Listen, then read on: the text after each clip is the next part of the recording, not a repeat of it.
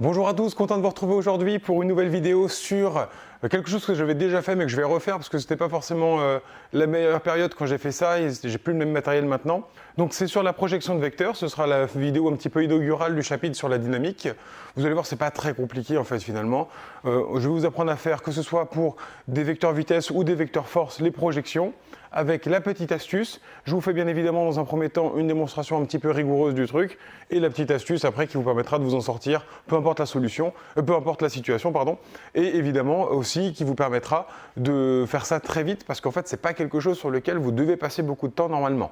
Donc on va partir dans un premier temps d'un point de vue purement mathématique et vous allez voir après on essaiera de particulariser pour des forces ou quoi que ce soit. Alors imaginons une base XY ou XY comme ceci. Dans cette base, j'ai un vecteur vitesse quelconque qui va être comme ceci. Un vecteur vitesse V0. La norme de ce vecteur vitesse est donc aussi V0, bien sûr. On l'appelle V0 avec justement sa norme. Donc, si par exemple je vous dis je le lance à 30 mètres par seconde, eh bien dans ce cas-là, le nom du vecteur, que ce soit V0, le poids, peu importe le vecteur finalement, son nom est directement relié à sa norme. Donc là en l'occurrence, 30 mètres par seconde, on se doute bien que c'est sa norme bien sûr. Moi ce qui va m'intéresser en fait, c'est que, rappelez-vous si vous avez déjà bien entamé le chapitre de dynamique, pour l'instant sinon si vous ne l'avez pas entamé, vous allez avoir un petit peu de mal à comprendre là où je veux en venir pour l'instant. En fait vous allez avoir des équations à résoudre à un moment donné. Vous avez la seconde loi de Newton qui vous dit que la somme des forces extérieures au système est égale à la masse du système multipliée par son accélération. Comme vous le voyez, c'est une équation qui est vectorielle. On ne peut pas résoudre des équations vectorielles comme ça, on va être obligé de les projeter. En fait, une équation vectorielle, c'est rien d'autre qu'une équation qui en contient plusieurs, autant que de dimensions d'espace. Notamment, si je suis en deux dimensions x, y, comme là c'est le cas, je vais avoir une équation sur x, une équation sur y. Ça sous-entend que je vais devoir projeter mes vecteurs sur x et sur y. Et en fait, finalement, quand vous voyez le vecteur V0, rappelez-vous la relation de Chasles, ce qu'elle vous dit, c'est que ce vecteur V0, c'est rien de plus qu'un vecteur qui fait ça, qui va vers la droite, et un vecteur qui va vers le haut. Que vous preniez vers le haut d'abord ou vers la droite, de toute façon, c'est la même chose, bien évidemment. Quoi qu'il arrive, ça fait un rectangle à la fin. Et en fait, ce vecteur-là, je vais lui donner un petit nom qui va être très intéressant. Je vais l'appeler V0x. Pourquoi V0x? Parce qu'en fait, tout simplement, c'est la composante de V0 sur x. En fait, c'est sa projection. Si je prends V0 et que je fais le produit scalaire avec x, j'ai alors la projection de V0 sur x. En fait, V0 contient deux vecteurs, un vecteur horizontal et un vecteur vertical. Cette partie-là est tout simplement sa projection sur x. Vous imaginez bien que la deuxième, bien sûr, c'est V0y. Et là, vous avez les projections de ces vecteurs. Et en fait, finalement, une fois que vous avez ça, là pour les forces, alors là c'est les vitesses, donc ça ne m'intéresse pas forcément pour les forces bien sûr, mais si vous faites le même travail pour des forces, vous allez pouvoir donc les projeter. Là par exemple, quelle est la coordonnée de V0 ? La coordonnée de V0 c'est V0x, V0y.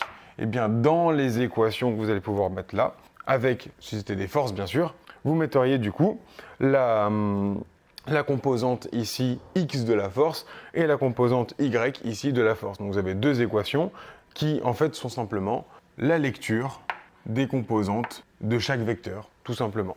Alors maintenant évidemment c'est bien beau d'appeler ça V0x et d'appeler ça V0y, mais si de toute façon je n'ai pas d'informations supplémentaires, en fait je ne fais rien, je ne suis pas du tout en train de résoudre le problème. Alors généralement en fait ce qui va se passer c'est qu'on va vous donner un angle. Très souvent l'angle qu'on aime bien donner c'est l'angle qui est fait par rapport à l'horizontale. Rien n'empêche bien sûr de donner un angle qui est fait par rapport à la verticale. Cet angle-là, on va l'appeler alpha, on pourrait l'appeler comme on veut, de toute façon ça n'a aucune importance. Il est constant et cet angle-là va nous permettre de déterminer V0x et V0y par rapport à V0. Parce que moi je rappelle une chose, je connais V0. La norme de ce vecteur, c'est 30 mètres par seconde. Donc, et alpha, comme c'est constant, c'est un angle que j'ai choisi, entre guillemets, puisque quand je lance un objet, c'est moi qui décide de la direction dans laquelle je vais le lancer. Donc si je choisis sa direction, je choisis en particulier son angle. Et la bonne nouvelle, c'est que si je connais alpha et que je connais la norme de mon vecteur, alors dans ce cas-là, je peux trouver V0x et je peux trouver V0y. Donc, en fait, vous allez voir que c'est pas très compliqué. La méthode donc, rigoureuse, entre guillemets, c'est simplement d'utiliser les règles de trigonométrie. Parce que comme vous le voyez ici, vous avez un angle droit et ça devient beaucoup plus simple. Alpha ici, donc puisqu'il est défini ici, V0y par rapport à ce alpha, c'est le côté opposé.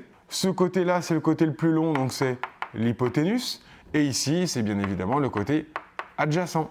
Et bien maintenant, on connaît un petit peu notre trigo. On sait que cosinus alpha, Cos alpha, c'est le côté adjacent sur l'hypoténuse, c'est-à-dire V0x sur V0 en norme, hein, tout ça, d'accord? Je ne suis plus du tout en train de parler de vecteurs. Pourquoi? Quand vous faites de la trigonométrie, vous faites ça dans un triangle, vous ne vous intéressez qu'aux longueurs, en fait, finalement, qu'il y a dans ce triangle. Donc, bien évidemment, je parle des normes. Ça tombe bien, je connais. Alors, vous allez me dire, un triangle qui a des mesures qui ne sont pas en mètres, mais en mètres par seconde, c'est bizarre. Oui, mais on s'en fiche, hein, d'accord? Ça reste des mathématiques. Donc, une fois que j'ai ça, qu'est-ce que je peux en déduire? Eh bien, je peux en déduire que V0x, c'est égal à cos alpha fois V0. Il suffit simplement de passer le V0 de l'autre côté, hein, tout simplement. Et je vais faire évidemment pareil pour V0y, puisque comme c'est le côté opposé, encore une fois, moi je connais l'hypoténuse, je ne m'amuse pas à faire de la tangente, ça c'est important. Pourquoi je ne m'amuse pas à faire de la tangente? À la base, je ne connais pas V0x et je ne connais pas V0y. Ce serait quand même dommage d'avoir les deux dans la même. Hein.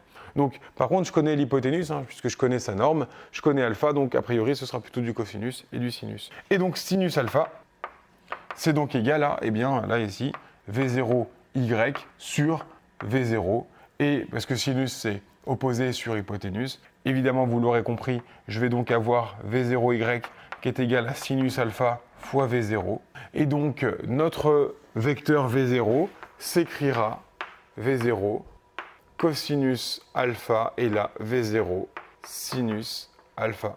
Vous voyez en fait, la structure elle est toujours la même, je vais observer la norme du vecteur, et je vais avoir ici soit un cos, soit un sin.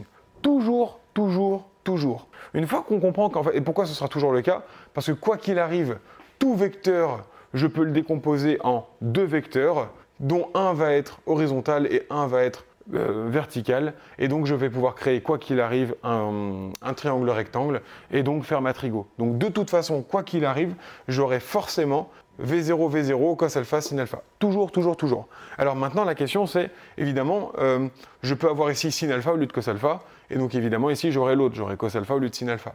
Comment, puisque c'est toujours la même chose, n'y aurait-il pas une possibilité ou en moins une astuce pour faire ça beaucoup plus vite? La bonne nouvelle c'est que oui, et vous allez voir, c'est très efficace. Juste un petit point par contre essentiel. Ce que je viens de vous donner là, c'est certes les coordonnées du vecteur V0, mais faites bien attention, il manque une donnée essentielle que vous ne pouvez pas avoir avec la trigonométrie, c'est le signe qui est devant.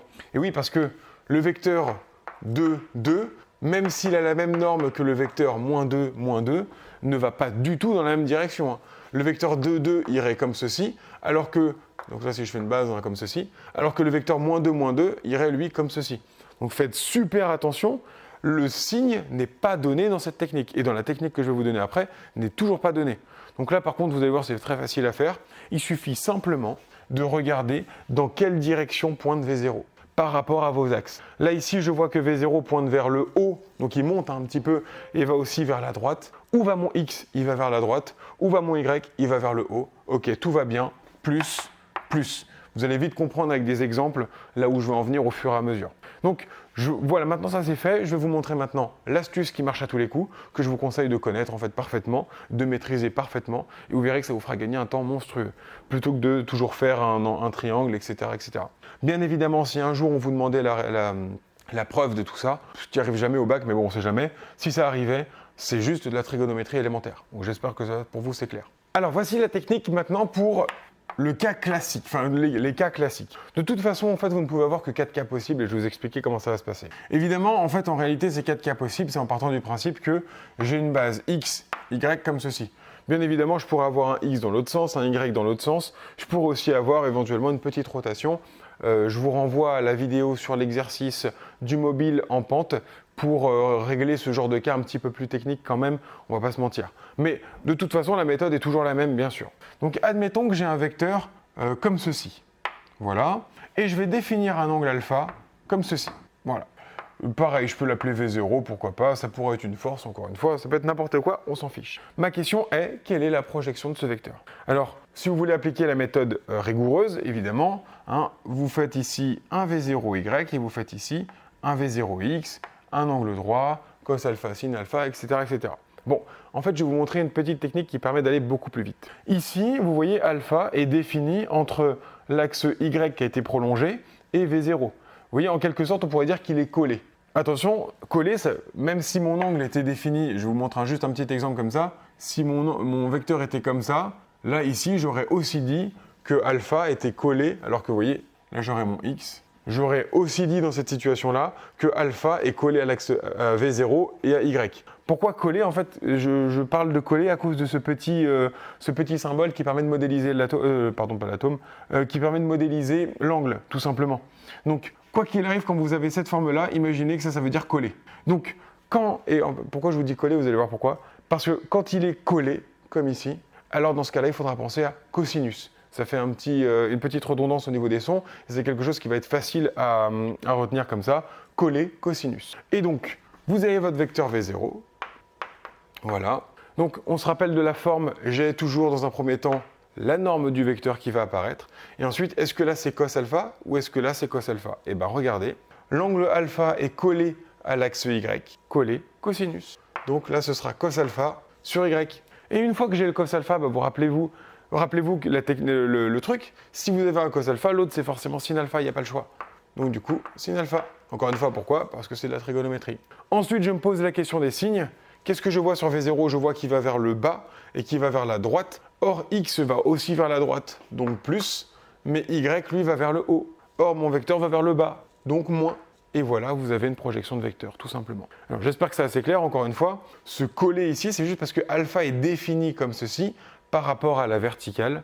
Donc, forcément, quand il est défini comme ça, il est collé, collé, cosinus. Bien évidemment, si mon vecteur est comme ceci, ça marche aussi très bien. Imaginez maintenant mon alpha ici. Même si je ne suis pas à l'origine, vous pouvez le faire bien sûr sans problème. Rappelez-vous qu'un vecteur, ça peut se déplacer à volonté. Donc, si je suis dans cette situation-là, on va l'appeler V1. Eh bien, mon V1, quelles seront ses coordonnées? Essayez de faire ça en même temps que moi là maintenant. Alpha est collé à l'axe Y, collé cosinus. Donc, je vais avoir V0, V0, cosinus alpha, sinus alpha. Et on fait attention aux signes. Je vais vers le haut, mais aussi vers la gauche. X, lui, va vers la droite, donc moins ici, et plus ici. Voilà le principe. J'en fais un petit dernier. Le petit dernier, ce serait celui-ci. Je vais l'appeler V2. Cette fois-ci, l'angle, je vais le mettre ici. Donc, allez, tout de suite, V2 aura pour coordonnées, eh bien, V2, V2. Au fait, là, j'ai mis V0, excusez-moi, c'était V1, puisque je l'appelais V1, je vais évidemment mettre la norme à V1. Donc, ici, V2, donc V2, V2. L'angle alpha est défini comment? Il est collé entre mon vecteur et x, donc collé cosinus sur x. Et donc l'autre, ce sera forcément sinus. Je me pose la question des signes. Mon vecteur va vers la gauche, il va vers le bas. Or, x va vers la droite et y va vers le haut. Alors là, j'ai tout perdu. Ça fait donc moins et moins. Voilà comment on fait des projections de vecteurs. Ça marche à tous les coups. Encore une fois, ne faites pas attention au fait que mon alpha, on pourrait se dire, oui, mais si alpha était là, il serait beaucoup plus collé. On s'en fiche, hein, c'est pas du tout ça. Je dis collé pour que ça résonne avec le cosinus, mais l'idée c'est juste comment est-il défini? Il est défini entre la verticale et mon vecteur. Bon bah du coup il sera collé à la verticale. Voilà, terminé, point. Une fois que vous avez ça, une fois que vous avez compris ce truc-là, ça vous permettra de faire des projections en très peu de temps et donc de gagner beaucoup de temps sur un exercice de dynamique qui, je vous le rappelle, est assez long. Vous le verrez, si vous le verrez dans la vidéo sur le mobile qui glisse et sur la vidéo avec un lancer de javelot. Donc forcément, c'est un petit peu plus long si vous faites que de la trigonométrie. Faites attention à ça. Voilà, c'est tout pour cette vidéo. J'espère que ça a été assez clair pour vous et je vous remercie pour votre attention.